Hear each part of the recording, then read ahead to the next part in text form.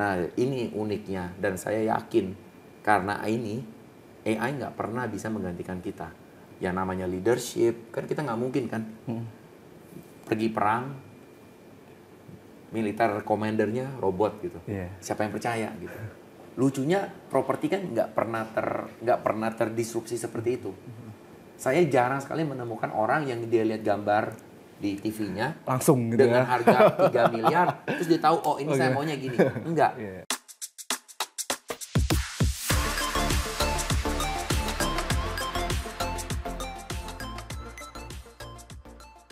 Nah, next nih Pak, kita ngomongin Sinar Maslen. Boleh. Nah, kita tahu AI itu berpengaruh pada semua lini industri. Ya. Sektornya banyak yang terpengaruh, termasuk properti. Ya. Nah, kalau Pak Gani sendiri bisa dijelasin nggak Pak, bagaimana pengaruh kehadiran AI ini di industri properti, terutama di Sinar Maslen? Betul. Saya rasa impact dari AI ini banyak sekali ya buat industri properti karena kita itu industri properti itu sangat konvensional, Mas. Kita kadang-kadang ini adalah suatu kita kebetulan di industri properti, jadi salah satu produk-produk kita adalah kita menjual rumah-rumah hunian, di mana rumah-rumah hunian ini kan emang dari dulu manusia butuh sandang pangan papan ya, jadi nggak pernah berubah. Nah tapi karena kita selalu berpikir rumah orang itu pasti membutuhkan waktu di mana dia berteduh, kebutuhan tersebut udah ada dari dulu, tapi tidak pernah berubah. Karena kalau kita lihat perubahan digital ekonomi 5 tahun terakhir atau 10 tahun terakhir ya, mungkin kita diramaikan suatu Gojek dan Grab di 2015-2016, itu yang membuat banyak e-commerce itu muncul, plus adanya COVID yang mengakselerasi transformasi dan segala macam. Lucunya properti kan nggak pernah terdisrupsi seperti itu. Jadi kalau kita melihat itu, kita bilang, oh kita nggak perlu berubah. Karena industri properti itu sangat-sangat konvensional. Mau beli rumah, tetap mau rumah kayak mahal seperti apa, mau murah apa, kita selalu ketemu sama yang namanya agent. Ketemu sama namanya agent, kita pergi lihat rumah contoh. Ada nggak sih teknologi untuk merubah akses rumah contoh? Banyak. Ada VR, ada orang-orang bikin website untuk mereview rumah segala macam. Namun karena yang tadi tuh Mas, punya indera keenam. Saya punya mimpi, saya mau punya rumah, nanti mau punya anak, saya mau hidup tua di sini. Hal-hal demikian itu hanya bisa dirasakan suatu Anda melihat barangnya atau melihat artist impression atau gambar. Dan pengalaman tersebut hanya bisa ada secara offline kebetulan. Saya jarang sekali menemukan orang yang dia lihat gambar di TV-nya langsung gitu dengan ya. harga 3 miliar terus dia tahu oh ini saya maunya gini. Enggak. Biasanya ngelihat gambar terus mereka tergerak, mereka ingin lihat barangnya, mereka pergi ke marketing office kita, terus mereka melihat oh seperti ini, dan di sini tuh baru ya kan otaknya bekerja memproyeksikan 5 tahun ke depan seperti apa. Bayangkan kalau kamu duduk di bangku situ, bangun tidur dengan istri, ada anak di ruangan sebelah. Nah, hal-hal tersebut itu tidak bisa disimulasi secara AI. Nah, jadi kita melihat bahwa AI ini akan membantu proses cara kita bekerja. Tapi proses cara kerja kita ini secara tidak langsung akan berdampak positif ke konsumen. Jadi kita belum menggunakan AI di mana pengguna AI ini bisa langsung kita tawarkan ke konsumen kita. Enggak. Kita harus pintar-pintar mengolah bahwa dengan teknologi AI ini apa yang kita bisa perbuat. Jadi kalau di tempat di Sinar Maslen kita selalu mikirnya AI ini dari 2 angle, Mas Gambon. Satu, bagaimana kita secara perusahaan bisa menggunakan teknologi AI ini atau machine learning ini atau deep learning ini untuk jauh lebih efisien dan produktif. Yang itu yang pertama. Yang kedua, dengan menggunakan teknologi yang sama, bagaimana kita bisa membuat experience customer kita untuk jauh lebih baik. Berarti ke dalam dan juga keluar Pak ya? Ke dalam dan keluar. Nah, yang ke dalam ini biasanya kembali lagi kalau kita di awal pembicaraan, apakah dengan kita mengintroduce AI di Sinar Maslen itu akan mengurangi lapangan pekerjaan? Pasti orang-orang selalu mikirnya gitu. Dan itu mungkin pertanyaan yang sangat harafiah dan sangat lumrah. Karena setiap kali kita bicara mengenai produktivitas, selalu orang berpikir, oh Kalau ada produktivitas, kalau saya semakin produktif, pekerjaan yang tadi dikerjakan oleh 2 orang hanya perlu dikerjakan oleh 1 orang. Jadi mau nggak mau 50% kita harus pangkas. Tapi pertanyaan gini, kalau kita percaya bahwa perusahaan kita ini, Sinar Maslen ini selalu berkembang, pekerjaan itu akan selalu ada. Meskipun kita produktif di satu area, saya yakin sekali kita nggak mungkin secara konsisten produktif di semua area. Pasti ada area-area di mana kita kurang produktif. Nah, teman-teman kita ini harus di-upskill untuk mengisi kekosongan yang kita nggak punya sebelumnya. Karena dengan AI ini muncul lapangan-lapangan pekerjaan baru, ya kan? Kalau dengan AI ini kita selalu berpikir data, ya kan? Data scientist, data engineer, data arsitek. Ya sebenarnya kalau kita pikir-pikir, sebenarnya teman-teman ini teman-teman information system nih kalau zaman dulu saya, ya kan? Jadi teman-teman yang biasanya ngerjain reporting, teman-teman yang biasanya mengerjakan analisa, mereka harus di-upskill. Dia-upskill untuk bisa melakukan pekerjaan-pekerjaan seperti data engineer, data scientist. Di mana pekerjaan-pekerjaan tersebut belum ada AI-nya. Ada tools-toolsnya yang mereka bisa pakai, tapi tetap perlu diajarin kan tools-tools ini. Jadi itu akan membuka lapangan pekerjaan lain. Jadi memang ada pekerjaan-pekerjaan yang di Sinar Maslen yang mulai sedikit demi sedikit akan berkurang, tapi banyak sekali. Makanya kita sampai sekarang pun kita tetap hiring. Karena kita membangun suatu skill set di mana kita nggak punya. Dan itu dari segi internal. Dari segi konsumen kita tuh ingin suatu hal yang cepat. Kalau kita nggak cepat, kita hanya menggunakan data yang kita punya dan menggunakan kemampuan kita untuk menganalisa data tersebut, kadang-kadang kurang cepat, Mas Gambon. Ya kan, contohnya misalnya di Sinar Maslen, di BSD, itu kita punya yang namanya ACTS. Jadi kita punya traffic kamera, itu kita ada algoritmnya, di mana kita bisa membantu mengurai waktu tunggu antrian lampu merah. Kalau kita nggak menggunakan teknologi, itu terlalu lama untuk mengkalibrasi. Jadi kita udah bikin algoritmnya, terus kita ajarin algoritma ini dengan AI yang namanya machine learning. Jadi dengan menggunakan machine learning, kita bisa mengantisipasi. Ujung-ujungnya apa? Supaya traffic lampu merah kita ini, lampu merah hijau kuning kita ini bisa terintegrasi dengan rapi, supaya konsumen itu nyaman. Nah, jadi kadang-kadang kita menggunakan teknologi ini untuk hal-hal yang ujungnya berimpact secara indirect ke konsumen. Dan ini yang merupakan tantangan terbesar, karena dengan demikian kita harus tahu konsumen kita maunya apa sih. Suatu mereka datang ke BSD, ya, yang kita bilangnya integrated smart city. Apa yang kamu expect?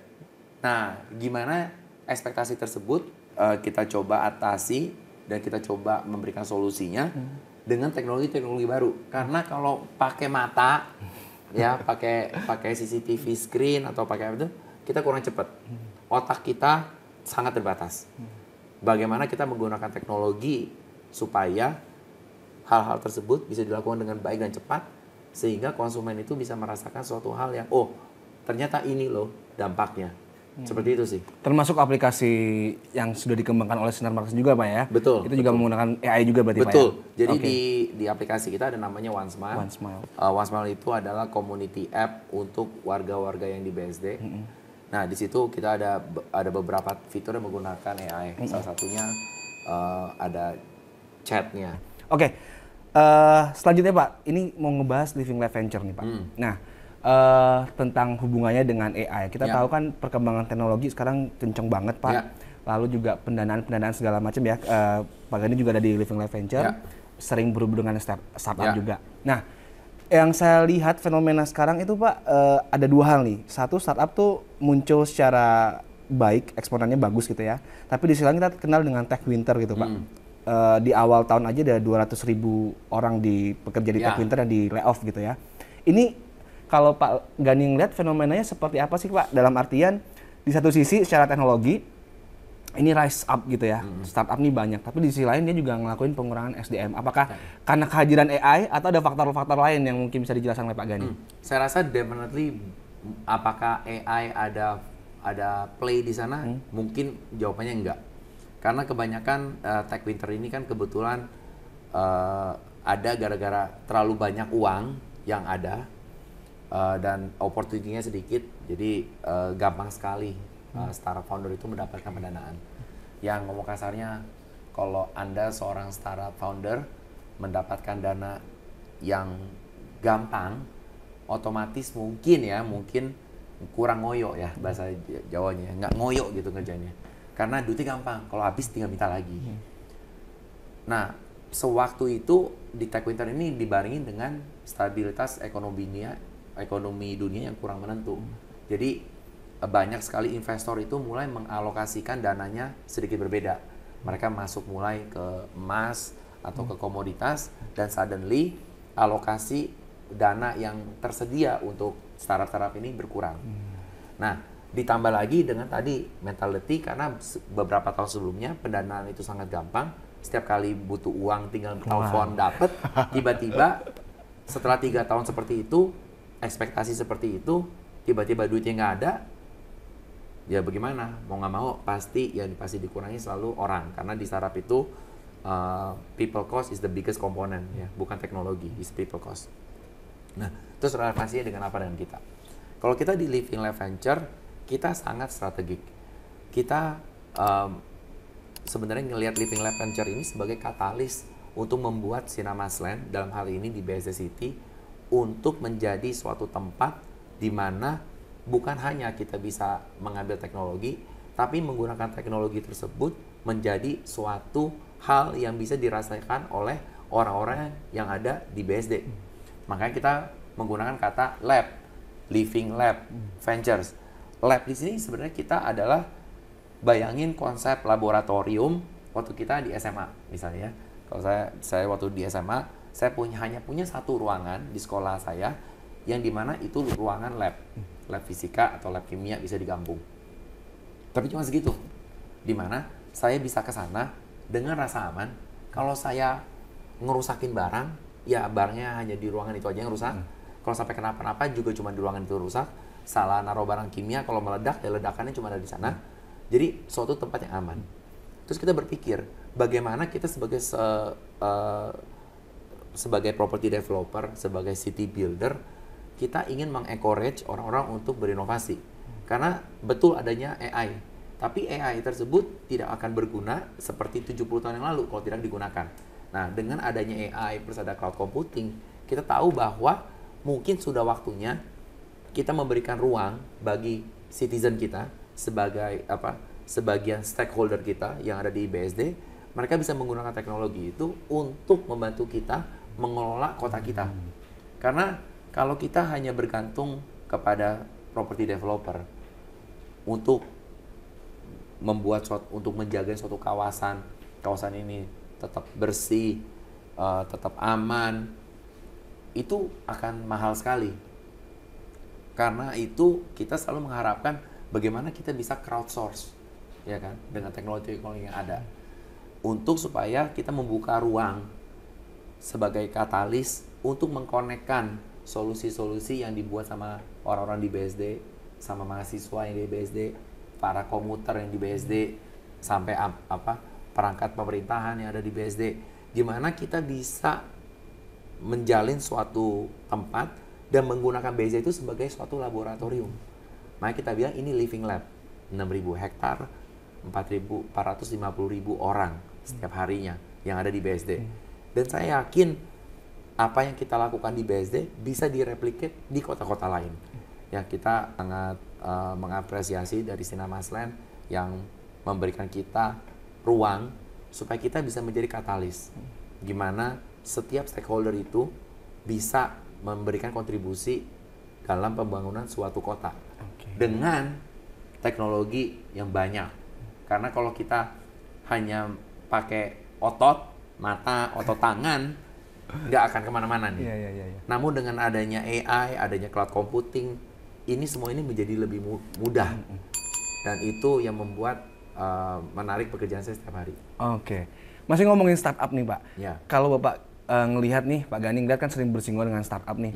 ke depan tren penetrasi penggunaan AI untuk startup itu seperti apa? Kan kita tahu sekarang ada kata AI segala macam yang banyak gitu ya Pak, yang model-modelnya ngebantu kita sehari-hari untuk pekerjaan yang mungkin dulu dianggap remeh. Kalau kemarin Tech Forum kita notulensi rapat pakai AI juga kan Pak ya? Betul. Nah, kita coba pakai meeting.ai. Meeting.ai. Nah, kalau ke depan gimana Pak? Penetrasinya akan semakin besar atau seperti apa? Akan besar banget Mas Gambon. Karena kita mesti mikir gini ya. Startup ini suatu mereka dibuat dari awal, mereka itu kebanyakan tuh data first. Jadi mereka selalu suatu mereka bikin apapun, mereka mikirnya itu datanya. Karena mereka menggunakan data untuk mengambil keputusan. Ya kan? Tantangannya adalah kalau kita di konvensional bisnis, kadang-kadang kita punya pengalaman banyak. Pengalaman ini bukan necessarily ada suatu data yang pernah dituliskan. Ya, jadi bisa bayangin kalau saya tiap hari mengambil keputusan, saya punya namanya execution capability, itu kebanyakan pakai feeling. Tapi feeling ini bukan feeling yang tiba-tiba tidur bangun pagi mau mecat 100 orang. Ini feeling ini kan dapat gara-gara saya punya kesempatan untuk ngambil suatu keputusan berdasarkan situasi yang ada selama bertahun-tahun. Dan itu dijadikan basis. Ya kan, datanya ini ngomong kasarnya, jadi datanya bukan hard data. Nah, tapi kita perlu tahu bahwa AI itu hanya bisa menganalisa hard data. Nah, suatu startup ini mereka tiap kali mereka melakukan sesuatu, mereka punya infrastruktur yang jelas, semuanya itu ada datanya. Datanya mereka tuh banyak banget. Nah, karena datanya makin banyak begini, salah satu cara untuk mengharvest adalah menggunakan tools pakai AI. Mereka nggak punya banyak orang untuk menganalisa pakai mouse, pakai screen, ngeklik pakai mouse untuk bikin analisa. Nggak cukup. Nah, jadi makanya mereka menggunakan banyak sekali teknologi-teknologi yang dilandasi oleh AI dan machine learning. Dari situ mereka baru bisa. Tapi mereka bisa melakukan itu karena data mereka sangat baik, sangat bersih. Jadi kembali ke data lagi ya Pak ya? Ke data lagi. Nah, bagi perusahaan-perusahaan yang konvensional, data tersebut kurang tersedia, mohon maaf aja. Even di Sinarmasland pun, kita benar-benar harus memiliki disiplin baru mengenai data ini. Kita tetap terus, karena banyak sekali data-data kita yang tidak terstruktur. Seperti brosur salah satu produk kita dari tahun 95 gitu. Ke gambar. Iya. Berarti kan kalau itu gambarnya di kertas, ada filenya nggak? Iya. Wah, filenya Pak, mana ada filenya ya? Jadi nyari yang hard copy-nya susah loh Pak. Jadi dari situ kita mesti apain? Kita mesti scan. Nah, karena gambarnya rada-rada butek nih, berarti kita mesti bikin improvement. Habis di scan, dianalisa. Jadi bisa dibayangin proses untuk menciptakan data ini sangat susah. Beda sekali dengan startup, di mana suatu mereka mulai, mereka selalu mikirnya data. Ya. Nah, dengan data yang segitu banyak, pasti banyak sekali pekerjaan yang bisa dibantukan dengan menggunakan tools-tools yang berlandaskan AI. Oke. Ini menarik sekali ya, teman SML. Udah kita ngomong panjang lebar nih, Pak Gani ngasih insight banget tentang AI, gimana ngejawab keresahannya atau ketar-ketir kita nih, apakah akan menggantikan kita di masa depan. Tapi saya ingin pertanyaan terakhir nih Pak. Boleh. Pertanyaan terakhir, apa yang harus disiapkan? Ada dua hal nih. Yang pertama untuk anak muda dan juga orang tua yang punya anak kecil misalnya. Next generation ini kita harus nyiapin apa sih? Apakah memang harus fokus ke STEM ya, misalnya sistem teknologi, matematika dan lain sebagainya? Atau seperti apa? Yang kedua, untuk milenial dan Gen Z yang sudah nyemplung ke lapangan pekerjaan, kita harus ngelakuin apa nih Pak untuk menghadapin AI? Oke. Kalau kebetulan saya punya 4 anak. Jadi anak saya umur 13. Yang mungkin dalam 10 tahun lagi dia harus compete gitu ya. Compete ya. Dan saya punya kembar 3 ya kan. Umur 7 tahun. Jadi mungkin masih panjang lah. Mereka mungkin 15 tahun lagi baru mikir kerjaan ya. Sekarang hanya main aja. Kalau saya selalu berpikir bahwa kita sebagai orang tua memang kita punya kewajiban untuk mengarahkan ya kan ke mereka ini, karena mereka kan tidak di posisi untuk mengambil keputusan buat dirinya sendiri. Mereka belum bisa nih. Jadi kita mau nggak mau kadang-kadang suka ngasih. Namun yang sangat disayangkan kadang-kadang kita memberikan arahan itu berdasarkan dengan apa yang kita mau. Oh, saya dulu mau jadi dokter, tapi nggak jadi dokter kan? Ada ke anaknya. Nah, jadi itu saya kalau ngomong bahasa harusnya saya arahkannya ke sana. Mungkin sebenarnya anak itu nggak mau juga sih. Nah, jadi itu yang pertama. Jadi tips saya untuk yang tidak dilakukan. Jadi untuk yang mungkin kasih tipsnya untuk tips apa yang harus tidak dilakukan. Soalnya kalau tips yang harus dilakukan, saya pun sampai sekarang masih mencari. Jadi tips pertama saya, kita sebagai orang tua jangan mengarahkan mereka untuk suatu hal yang kita mau. Itu yang pertama. Yang kedua, saya selalu coba dengan maksimal dengan istri saya untuk memberikan keleluasan untuk anak ini untuk belajar hal-hal yang baru. Ini kembali lagi ke analogi saya yang pertama, kalau Mas Gambon ingat. 10 menit yang lalu waktu kita bicarakan, kita selalu bilang bahwa otak kita itu hanya menggunakan sebagian kecil. 30%? Ya, mungkin nggak even 30%. Untuk hal yang kita lakukan sehari-hari. Kalau kita memaksakan anak kita untuk memiliki suatu rutinitas, mohon maaf aja kita akan balik lagi ke problem yang awal yang saya bicarakan. Anak itu tidak pernah diekspos untuk pergi ke kotak kiri, kotak kanan. Ya, perlu nggak matematik? Perlu. Art juga perlu. Itu menggunakan otak hemisfer yang berbeda. Kalau kita hanya fokus mereka ke STEM aja, memang bisa sih. Apakah bisa nggak nanti dia udah gede jadi jago banget? Saking jagonya dia bisa ngajarin AI. Bisa. Bisa. Tapi mohon maaf aja, yang kayak begitu berapa sih? Ya kan? Berapa orang sih nama-nama yang kita bisa tahu? Oh, kasih Sam-nya, ada ChatGPT yang tadi, yang dari Google, nggak akan banyak. Yang Stephen Hawking, nggak banyak. Pertanyaan saya, kalau anak Anda yang di top 0,00001%, oke. Kalau mereka cuma average gimana di STEM? Di STEM nggak? STEM. Tapi average. Ya kalau saya, mendingan dia jadi balerina. Ya kan, saya punya anak cewek satu, mendingan dia jadi balerina. Yang terbaik. Dibandingin di STEM tapi rata-rata. Dimana ya dia hanya satu dari 30.000 orang. Atau satu dari jutaan orang yang ada di field itu. Jadi selalu bilang ke situ. Ini buat yang kecil. Buat saya, anak saya umur 14, mungkin jadi saya ada dua. Ada yang kecil, ini jadi mungkin lebih relevan buat teman-teman di YouTube. Buat anak saya yang ke tengah ini, karena dia udah bisa mikir, otomatis kewajiban saya sebagai orang tua sedikit berbeda. Kalau yang di anak kecil, saya minta mereka untuk explore, ya kan, apapun, ambil resiko dengan boundary yang cukup supaya mereka aman, ya kan. Tapi untuk anak saya yang besar ini umur 14, saya minta dia untuk lebih mikir, lebih kritis. Jadi sebenarnya bukan soal penggunaan teknologi yang saya ajarkan, tapi prinsip-prinsip gimana dia selalu men-challenge bahwa apakah teknologi yang dia pakai ini yang sudah paling efektif apa enggak. Kenapa itu lebih penting? Dulu teknologi baru itu dihasilkan mungkin even sebelum 2-3 tahun terakhir ini ya. Kayak Microsoft, setahu saya dia mengeluarkan produk setiap 6-8 bulan. Itu suatu produk. Sekarang, Mas Gambon, dia orang bisa ngeluarin produk setiap 6-12 minggu. Jadi udah cepat sekali.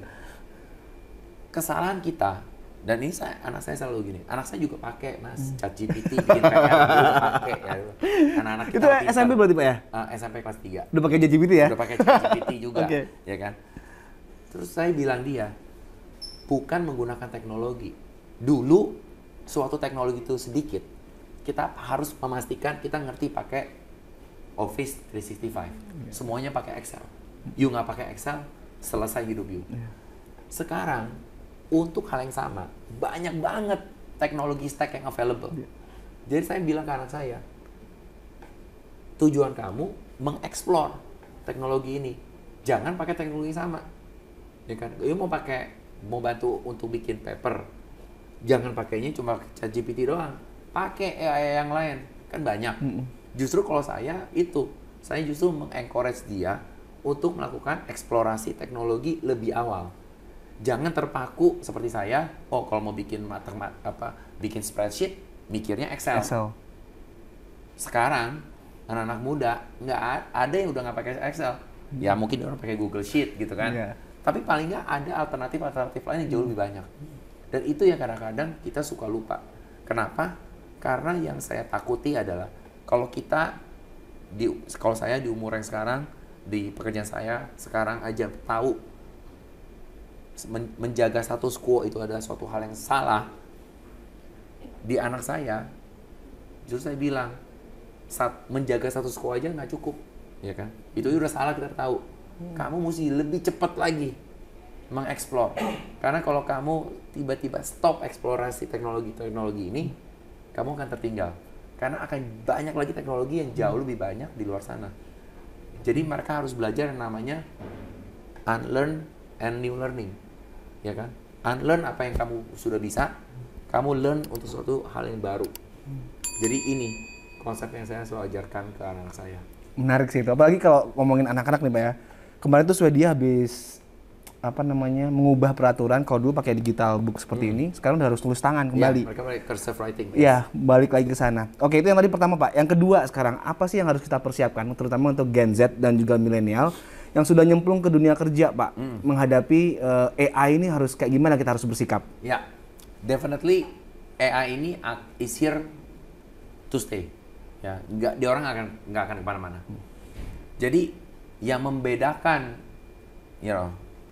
Gen Z, millennials dengan generasi-generasi yang lebih tua, ya kan? Kayak saya, Y gitu, atau boomers. Gitu. Saya nggak nyebut Pak. Ya, adalah suatu appetite untuk melakukan hal yang baru. Otomatis banyak orang-orang yang udah 15, 15-20 tahun bekerja, mereka sudah punya cara kerja yang sendiri. Yang mungkin sudah tidak applicable lagi sekarang. Namun terlepas dari kita mengencourage orang-orang untuk mencoba teknologi baru, merubah cara kita kerja, itu akan susah. Karena mereka sudah 15-20 tahun dan di industri properti nggak berubah juga. Dari dulu sampai sekarang tetap sama. Pakai brosur nggak? Pakai. Ya, sekarang kadang-kadang masih digital lah. Dulu nyetak kertas, sekarang digital. Tapi ada nggak sih sampai keren-keren pakai VR segala macam? Nggak juga. Nah, yang menarik adalah bagi teman-teman kita yang jauh lebih muda, karena mereka lebih ngerti teknologi, sebenarnya mereka punya risk appetite yang jauh lebih tinggi dibandingin saya. Bagi teman-teman yang muda, 24, 25, 26, baru lulus kuliah, atau baru kerja 3-4 tahun, mereka memiliki sesuatu yang kita nggak punya. Satu, mereka punya risk appetite yang jauh lebih tinggi untuk mencoba hal yang baru. Dua, otomatis mereka lebih melek teknologi dibandingin kita. Kalau kalian lebih melek dari teknologi dari kita, tantangannya adalah bagaimana kalian menginfluence kita untuk mengadopsi teknologi itu. Jadi gini, karena ujung-ujungnya umur kita kan finite ya. Yang teman-teman kebanyakan pensiun 57, ya mungkin by the time saya pensiun mungkin 58 ya, karena mundur terus. Otomatis nih akan perlu darah-darah baru. Karena perusahaan ini kan going concern, Mas. Mau ada AI, nggak ada AI, perusahaan ini harus tetap ada. Ingat loh, industri properti itu sangat konvensional. Saya nggak yakin AI ini akan merubah banyak banget kerjaan di dalam kita. Betul, mungkin. Tapi di mata konsumen, saya nggak yakin AI ini akan membuat pengalaman mereka untuk mencari rumah segala macam berubah terlalu banyak.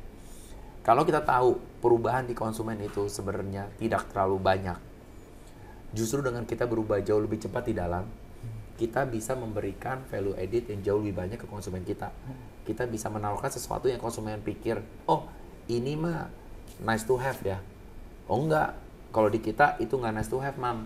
Itu beneran offering kita.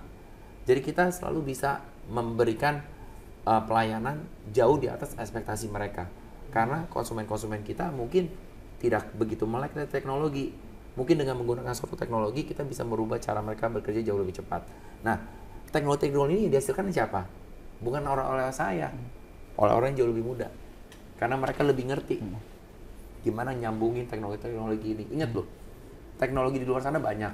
Tapi untuk teknologi itu bisa dipakai dan relevan buat suatu company atau sebagai suatu usaha, itu perlu disambungin. Nggak ada loh teknologi, kayak misal contohnya, kemarin kita kebetulan disupport sama meeting.ai kan ya, buat bantu kita bikin minutes of meeting sesi tech forum kemarin. Ujung-ujungnya kan dari situ informasi tersebut kita mesti push kita mesti gimana cara nge-push-nya. Ya kalau cara manualnya ya di cut and paste. Cut, paste, Excel, oh nih reminder ya, kamu mesti bikin ini nih, minutes-nya udah ada. Nah, sebenarnya kan kenapa mesti begitu? Kenapa nggak langsung disambungin aja? Dari situ namanya udah tahu siapa, langsung masukkan ke email, langsung di-push. Iya, bener. Nah, untuk itu kan butuh orang yang bisa ngoprak-ngaprik ya, nyambungin satu dengan satunya lagi. Karena meeting doanya nggak akan kepikiran ke sana. Kita mikir, oh dari situ ada API-nya, sudah terbuka, sedikit transparan, kita bisa ambil. Nah, kerjaan-kerjaan seperti itu nggak bisa dikerjakan oleh orang-orang yang nggak ngerti teknologi kayak saya. Mau nggak mau, mesti dikerjakan sama teman-teman yang jauh lebih muda. Di manakah mereka tidak punya status quo. Kalau saya, Excel itu status quo saya sampai sekarang. Ya dipaksa anak saya pakai Google Sheet, ya bisa, tapi nggak nyaman, ya kan? Nah, anak-anak muda ini nggak punya status quo. Banyak deh orang. Nah, justru gimana kita yang jauh lebih tua, yang mungkin jauh lebih dewasa, bisa menggunakan aspirasi dan kapabilitas anak-anak muda ini. Supaya kita bisa win-win. Karena dia butuh kita. Dia butuh kita untuk tahu historinya seperti apa. Yang pasti kita punya. Kita perlu tahu tantangan yang akan dihadapi seperti apa. Karena kebanyakan mereka juga nggak tahu tentang industri atau perusahaan yang mereka tempati. Jadi menurut saya dengan adanya teknologi ini justru banyak yang bilang dengan adanya teknologi ini menciptakan dikotomi nih, anak baru dan anak lama. Kalau saya justru dibalik, dengan adanya teknologi ini kita justru bisa merangkul karena dia punya sesuatu yang kita nggak punya dan kita tahu definitely anak-anak baru ini atau anak-anak muda ini nggak punya apa yang kita punya. Dan teknologi itu justru menjadi jembatan, bukan menjadi tembok. Jadi itu yang saya selalu bilang ke teman-teman saya, kita yang jauh lebih tua, jangan berpikir kita lebih pintar menggunakan teknologi dibanding yang muda. Tapi yang muda mesti berbesar hati. Mereka tidak tahu sebanyak apa yang kita tahu. Nah, dengan ada teknologi ini, jembatan itu bisa banyak, bisa dibikin supaya informasinya bisa nyebrang dengan lebih cepat, lebih aman, lebih secure. Yang muda mau ngapain bisa, kita yang tua juga bisa menggunakan teknologi ini untuk membantu kita bekerja lebih efisien dan semoga semuanya jadi lebih makmur. Gitu. Oke, ini closing yang menarik ya teman-teman ya. Teman SML gimana teknologi itu bukan jadi penghalang atau tembok, tapi jadi jembatan. Bahkan kalau bisa memang menyatukan ya Pak ya. Betul. Antara generasi yang saya nggak bilang tua lah Pak, generasi yang senior mungkin ya, dan yang baru bergabung. Oke, Pak Gani terima kasih waktunya, insight-nya seputar AI. Sampai jumpa di SML Talk lainnya. Salam, makasih ya Pak Gani.